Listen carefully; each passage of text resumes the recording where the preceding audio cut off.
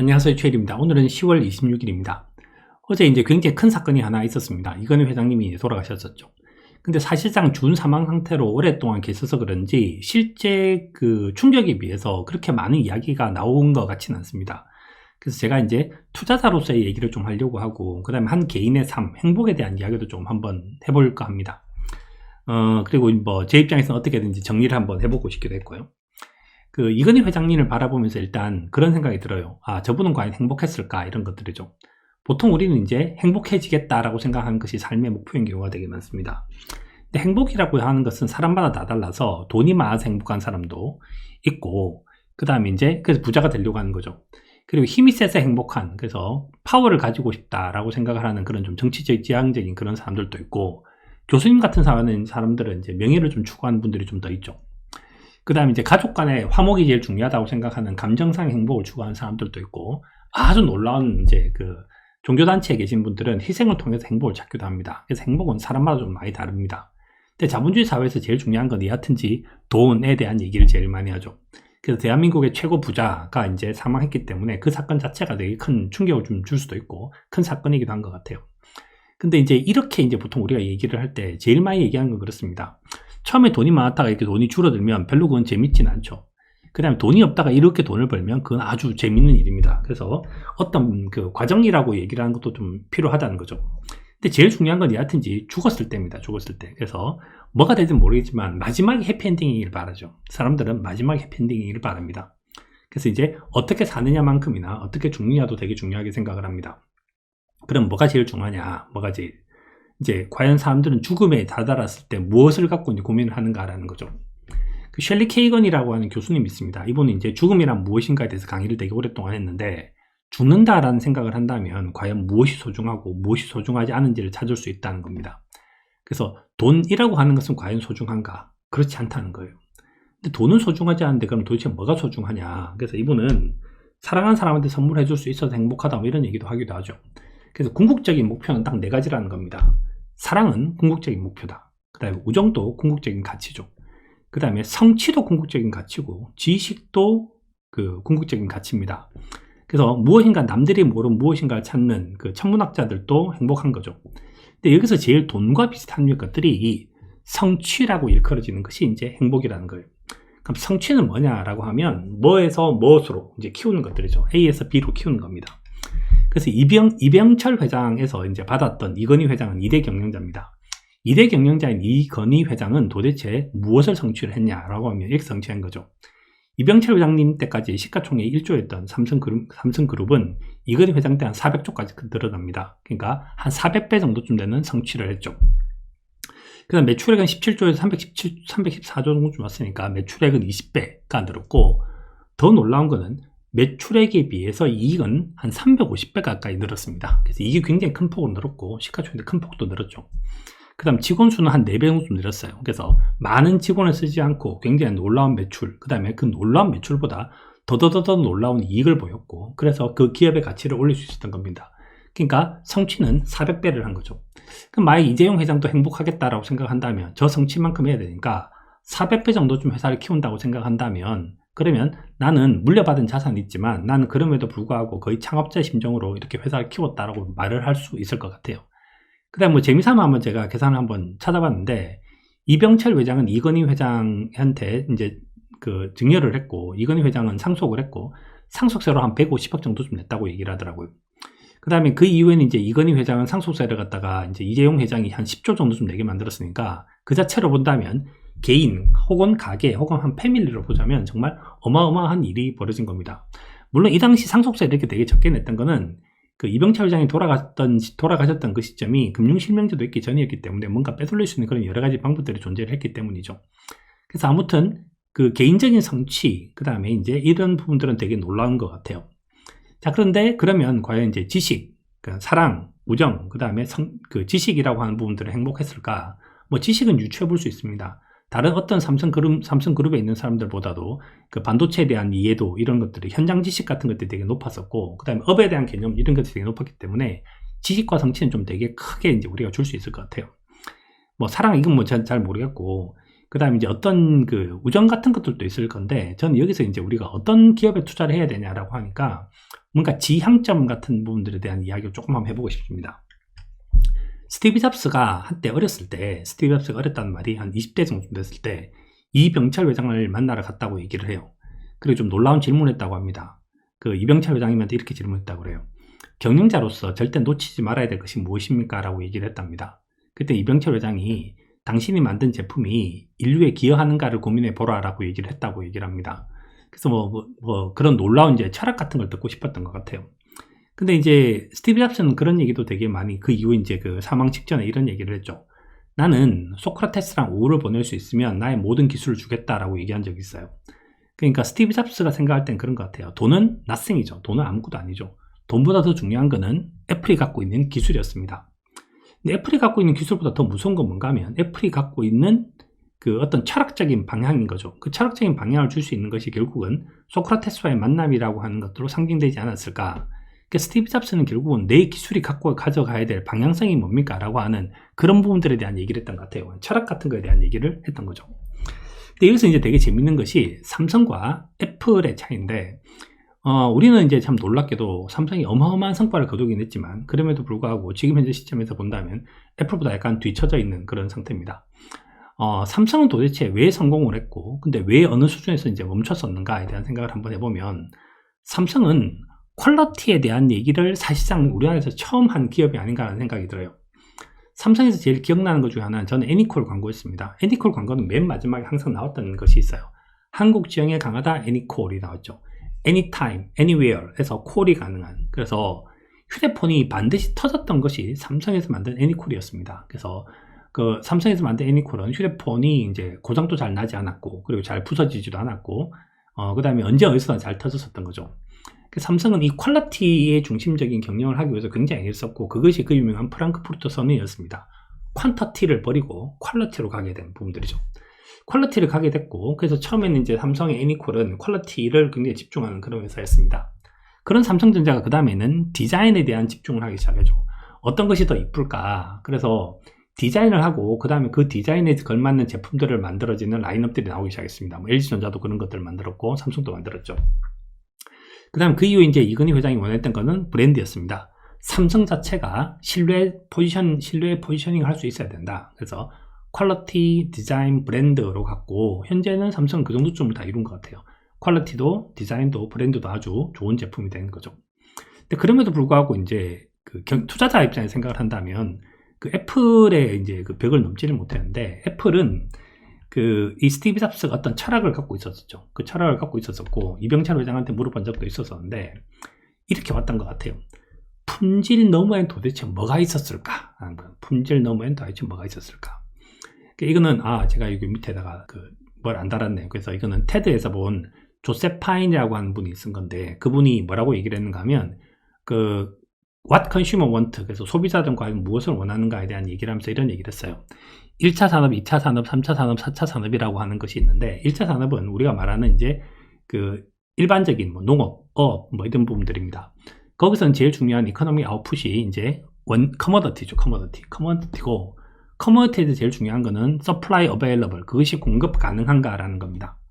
그 다음에 제조업이 오기 시작했고, 제조업은 코스트 컨트롤이죠. 비용을 어떻게 하면 아낄 수 있는가라는 겁니다. 이 부분을 되게 잘했던 회사 중에 하나가 도요타라는 회사가 있죠. 그 다음에 세 번째 이제 서비스업으로 오기로 시작해서, 이제 서비스업으로 오기 시작을 하니까 우리가 이제 뭐가 됐는가 하면 improve quality에서 품질의 퀄리티를 높여야 된다는 것까지 왔습니다. 우리나라의 대부분의 회사들은 이제 이 정도쯤의 순서에 있다고 생각을 한다면, 이건희 회장은 처음으로 이제 이 퀄리티, improve 퀄리티에 대한 얘기를 한 것 같아요. 오늘 이제 뉴스에 했던 것 중에서 이제 뭐가 있었던가 하면, 현대차가 품질을 위해서 얼마 정도 좀 손실을 봤다는 얘기를 했죠. 근데 그렇게 됐음에도 불구하고 현대차 주가는 오히려 이제 상승을 했습니다. 저는 이것이 상징적인 것들을 좀 보여주는 거라고 생각을 하는데, 현재 가장 중요한 거는 사람들이 생각할 때 퀄리티인 것 같아요. 퀄리티가 돼야 되는 거죠. 근데 삼성은 퀄리티에서 출발을 해서 디자인 브랜드까지 가는데, 도대체 애니콜은까지, 그러니까 왜 애플은 어디까지 갔냐면, 애플은 여기까지 온 거죠. 렌더링 오센티시티, 누가 더 진정성을 제공할 것인가에 있습니다. 애플 광고 초기 포지션을 딱 보면 되게 재밌는 것이, 애플은 한 번도 되게 비싼 모델을 쓴 적은 없어요. 그래서 예를 들어서 삼성의 애니콜이 이효리를 쓰고, 그 다음에 수없이 많은 이서진 같은 배우를 써서 이 배우가 사용하는 걸 너도 사용해라 라고 얘기를 했는데, 진정성을 제공한다는 말은 뭔가 하면 모든 휴대폰을 쓰는 사람들이 갖고 있는 것에 다 다르죠. 그래서 휴대폰을 가지고 무엇을 할 것인가가 훨씬 더 중요해졌고, 그래서 연예인을 쓰지 않고 일반인들을 쓰는 식으로 이제 바뀌었습니다. 그래서 애플은 항상 생각을 하는 것이 누가 더 진정성을 제공하는 것에 있는가에 대한 얘기를 되게 많이 하는 것 같아요. 저는 그래서 이제 앞으로 우리가 투자를 해야 될 좋은 회사들은 위에 두 가지에 있는 회사들은 되게 좋은 기업이라는 생각이 들고, 밑에 두 가지에 있는 회사는 덜 좋은 회사라는 생각이 들어요. 그래서 퀄리티를 높이거나 그 다음에 진정성을 제공할 수 있는 회사에 투자를 해야 되지 않을까, 이런 생각을 한번 해보게 됐습니다.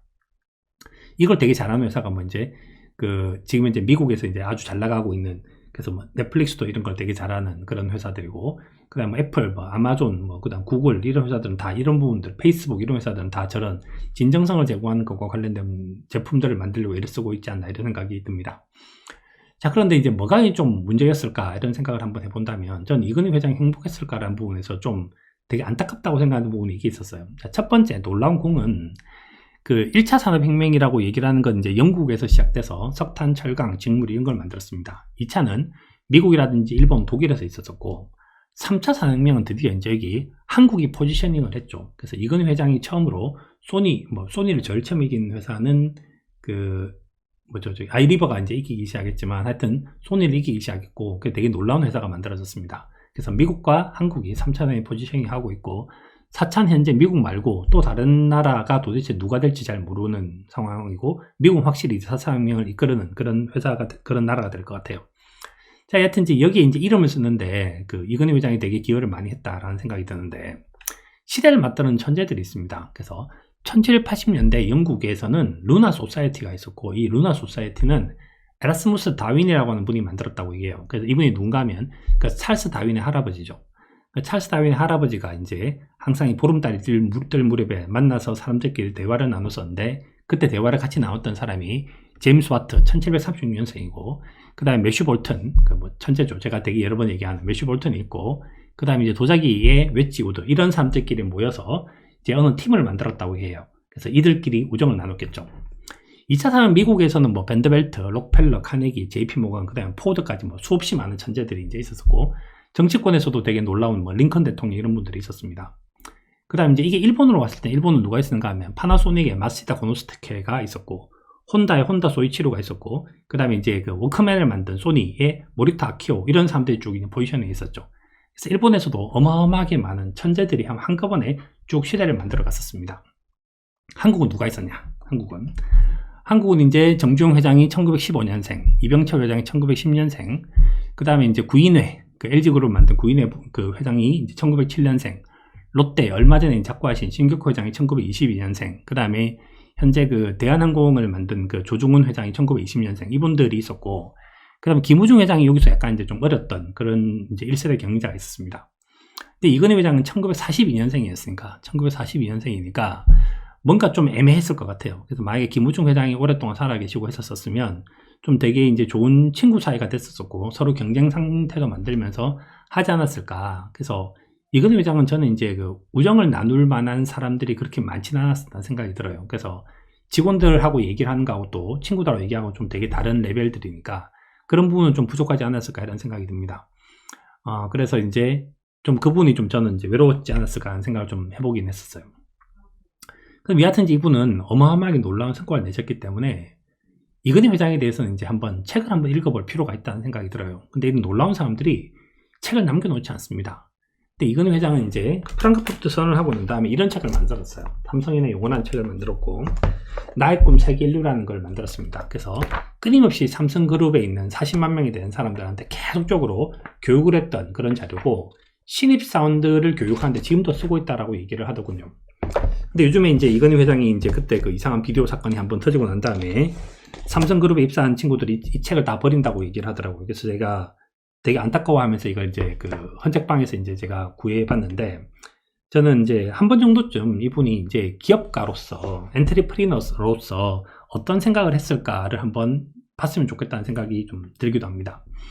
또 하나는 이제 이분이 쓴 책이 있는데, 생각 좀 하며 세상을 보자는 책이 있어요. 이게 97년도에 나온 책입니다.